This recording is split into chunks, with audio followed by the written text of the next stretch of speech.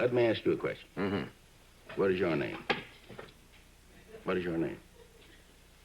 I refuse to answer. No. My name is Johnny Carson. How do you know that to be your name? Well, it's on a birth certificate, legally That's recorded. hearsay. That's hearsay? Well, of course. Well, I mean, if it's legally recorded. That's still hearsay. Suppose you were born, and I must assume that you were born because you're here tonight with us. There's a certificate made out not by you, certificate made out by somebody else.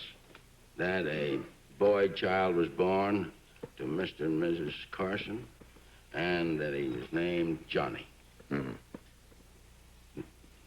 That doesn't mean that you know that to be the fact. That means you have read that to be the fact. Right? Yeah, I see what you mean. In other words, I only have to go by what is recorded. You're pleading guilty to something that you don't know of your own knowledge.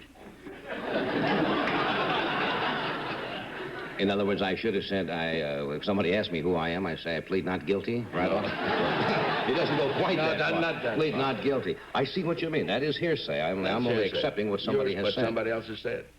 But that would be legal. I mean, if you come in with a birth certificate, that proves you're more. Well, birth certificates are legal until they're attacked and proved to be invalid. That has happened, too. See, what everybody's not looking at is what's called first-hand knowledge. Now, it says see personal knowledge. Personal knowledge. Knowledge gained through first-hand observation or experience, as distinguished from a belief based on what someone else has said. And then goes into Rule 602, requires lay witnesses to have special knowledge of the matters to testify about. An affidavit must also be on personal knowledge, unless the affiant makes it clear that a statement relies on information and belief.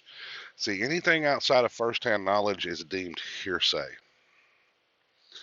And none of us have, for the most part, first-hand knowledge of anything involving that name.